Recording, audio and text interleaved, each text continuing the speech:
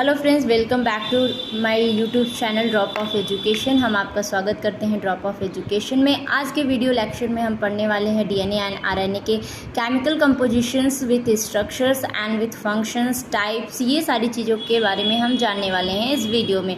तो आइए चल के स्टार्ट करते हैं। सबसे पहले कि डीएनए क्या होता है और डीएनए का क्या वर्क है और ये किस कंपोजिशन से मिलके बना हुआ है। तो आइए चल के हम देखते हैं। Chemical structures and base composition of DNA and RNA के बारे में जानेंगे। आइए सबसे पहले स्टार्ट करते हैं डीएनए से। तो डीएनए की अगर हम बात करते हैं तो डीएनए जो है ये एक तरीके का ऐसा ऑर्गेनिक मटेरियल है जो कि न्यूक्लिक एसिड्स से मिलता है हमें, या फिर कह सकते हैं न्यूक्लिक एसिड के पास ये प्रेजेंट होता है सभी ऑर्गेनिज्म में, और चाहे वो डीएनए के फॉर्म में हो चाहे आरएनए के फॉर्म में। अगर हम न्यूक्लिक एसिड की बात करें तो इनमें कई सारे कॉम्बिनेशन देखने को मिलते हैं nitrogenous basis, sugar molecule and phosphate group का। और इन तीनों के बारे में अभी हम बात करेंगे कि नाइट्रोजिनस बेस क्या होता है, सुगर मॉलिक्यूल क्या होती है एंड फॉस्फेट ग्रुप क्या होता है। तो इन सभी से मिलके बना होता है हमारा डीएनए। और डिफरेंट टाइप के बॉन्ड एंड सीरीज सीक्वेंस भी देखने को मिलते हैं डीएनए के स्ट्रक्चर्स में। अगर डीएनए के स्ट्रक्चर्स को हम डिफाइन करें तो ये एक तरीके के genetic makeup of our body कहलाता है। अगर हम डीएनए की बात करें तो इस जेनेटिक मैपिंग को माना जाता है कि नियरली आपके ये लाइफ ऑन अर्थ होती है सभी ऑर्गेनिज्म के लिए।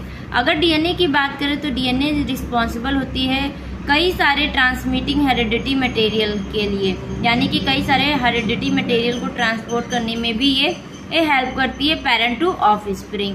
साथ ही साथ अगर हम डीएनए की बात करें तो ये डीएनए आपके वायरसेस एंड कई सारे एंटिटीज में आरएनए और डीएनए के फॉर्म में भी जेनेटिक मटेरियल प्रेजेंट होता है। अगर हम डीएनए की बात करते हैं तो डीएनए आपका माइटोकॉन्ड्रियल डीएनए के नाम से भी जाना जाता है। ये जो माइटोकॉन्ड्रियल डीएनए होते हैं ये हमें माइटोकॉन्ड्रिया सेल ऑर्गेनेल के अंदर देखने को मिलता है, जो कि मदर से चाइल्ड में ट्रांसमिट होता है। और अगर हम इसकी अप्रॉक्सिमेटी की बात करें तो 16,000 base pair of mitochondrial DNA mitochondria में प्रेजेंट होता है।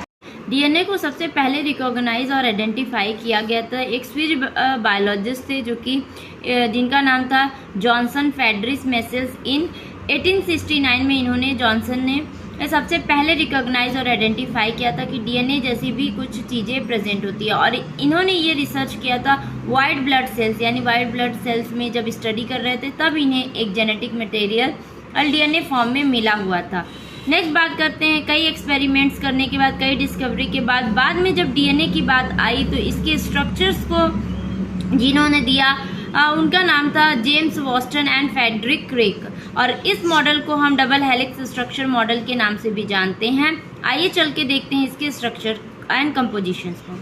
ये आप देख सकते हैं आपके सामने, ये भी एक स्टैंडर्ड बुक का ही डायग्राम है और इस डायग्राम को वेस्टर्न क्रिक डबल हेलिक्स मॉडल या फिर डबल हेलिकल डीएनए मॉडल के नाम से भी हम जानते हैं। आप आराम से इस स्ट्रक्चर को देख सकते हैं। तो यहाँ पे डीएनए के डायमीटर को बताई गई है कि अगर डायमीटर की बात करते हैं तो ये डायमीटर अप्रॉक्स 20 एंगस्ट्रॉम की होती है।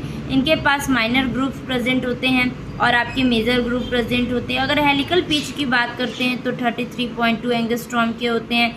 और एक्सियल राइज की बात करते हैं तो जो एक्सियल राइज होती है वो 3.32 एंगस्ट्रॉम की होती है।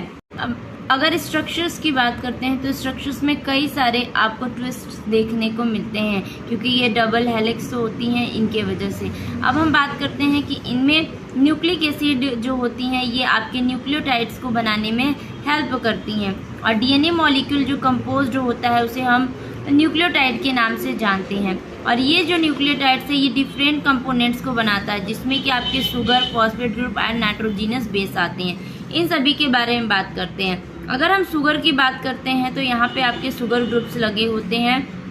फॉस्फेट की बात करते हैं तो फॉस्फेट ग्रुप होते हैं। और अगर नाइट्रोजिनस बेस की बात करते हैं तो नाइट्रोजिनस बेस में आपके कई सारे अमीनो एसिड स्ट्रक्चर्स बने होते हैं। अब साथ ही साथ अगर हम नाइट्रोजिनस कंपोजिशन की बात करें तो उसमें adenine, thymine, guanine, cytosine and uracil जैसे स्ट्रक्चर्स देखने को मिलते हैं।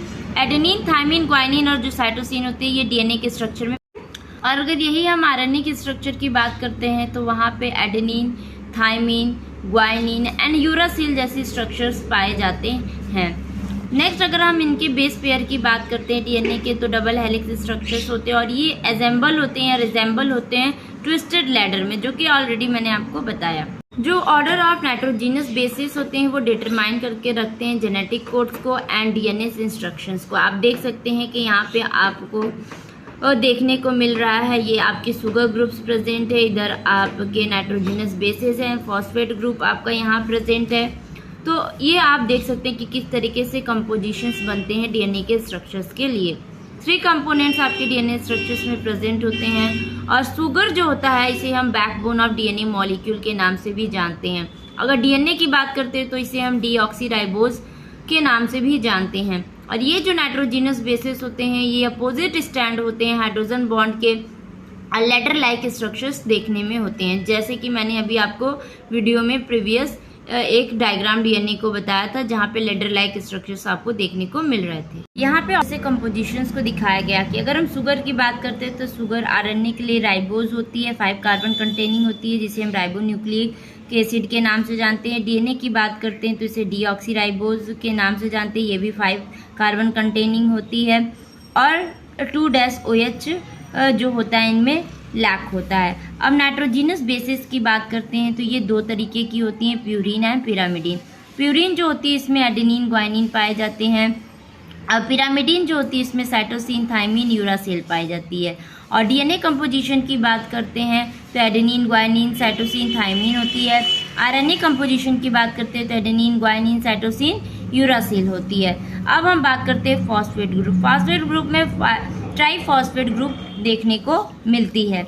अगर हम इन तीनों कंपोजिशंस को मिला के बात करें शुगर प्लस नाइट्रोजीनस बेस को, तो आप देख सकते हैं प्यूरीन एंड पिरामिडीन रिंग्स में ये कन्वर्ट होती हैं।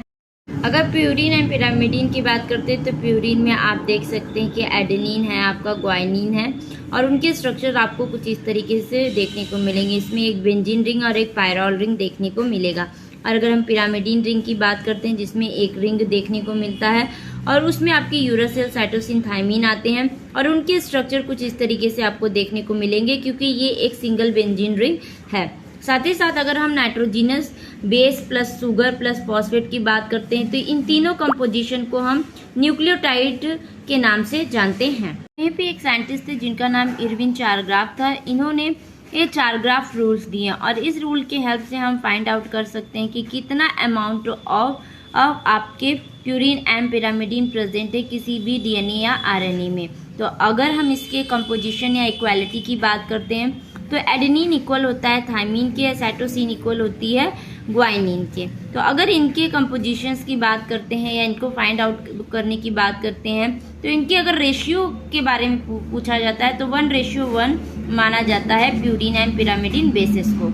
अगर हम इनके कंपोजिशंस को देख रहे हैं तो आप देख सकते हैं purine equal to pyrimidine A+G equal to T+C।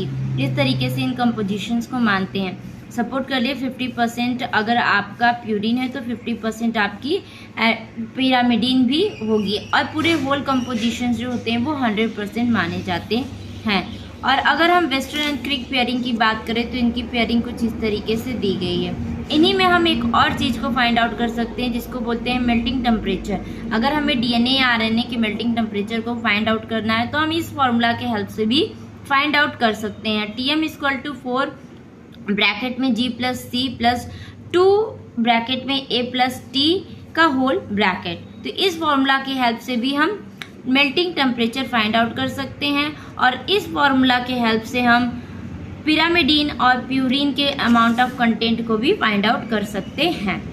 तो कवर किया डीएनए को और यहाँ पे हमने चारग्राफ रूल्स के बारे में पढ़ा, साथ ही साथ हम किस तरीके से डीएनए और आरएनए के मेल्टिंग पॉइंट को डिटरमाइन कर सकते हैं और हमने कंपोजिशंस के बारे में जाना कि जो डीएनए होता है ये किन कंपोजिशन से मिलके बने होते हैं। तीनों कंपोजिशन को काफ़ी अच्छे से हमने समझा और आगे ही हम लेके पढ़ेंगे कि किस तरीके से केमिकली स्ट्रक्चर्ड होते हैं डीएनए के या उनके क्या प्रॉपर्टीज़ होते हैं। ये हम आपको नेक्स्ट वीडियो में नेक्स्ट लेक्चर में लेके आएंगे। तब तक आप ड्रॉप ऑफ एजुकेशन को सब्सक्राइब करें, सपोर्ट करें, ढेर सारा प्यार दें और वीडियो को लाइक भी करें। Thank you very much.